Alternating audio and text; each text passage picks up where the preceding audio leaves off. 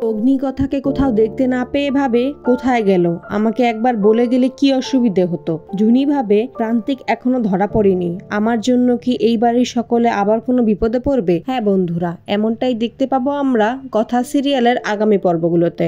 অন্যদিকে অগ্নির মা প্রান্তিককে বলে, আমি তোমাকে ছোট থেকে বড় করেছি, আমার কথা শুনে পুলিশের কাছে ধরা দাও, ওরা তোমাকে কোনো শাস্তি দিবে না। এরপর কথা প্রত্যয় ও ঋতুকে নিয়ে প্রান্তিকের বাড়ির ভিতরে আসে, কিন্তু কাউকেই দেখতে পায় না। অগ্নি ভাবে কথা কোনো ক্লু পেয়ে নিশ্চয়ই প্রান্তিকের বাড়ি গেছে। হঠাৎ মায়ের কথা মনে করে বলে, মা ভালো আছে তো। অগ্নির মাকে রাস্তায় ফেলে চলে যায় প্রান্তিক। অগ্নির মাকে পড়ে থাকতে দেখে কথা ও ঋতু হসপিটালে নিয়ে যায়। কথা বাড়িতে আসলে অগ্নি রাগ দেখিয়ে বলে, আমাকে না জানিয়ে কোথায় গিয়েছিলি, তোর বিপদ হলে জানতাম কি করে। তখন কথা বলে, বয়স্ক মহিলাকে আঘাত করে প্রান্তিক পালিয়েছে। তো বন্ধুরা, সকল সিরিয়ালের সকল আপডেট আগে পেতে আমাদের চ্যানেলটি সাবস্ক্রাইব করে পাশে থাকুন। ধন্যবাদ।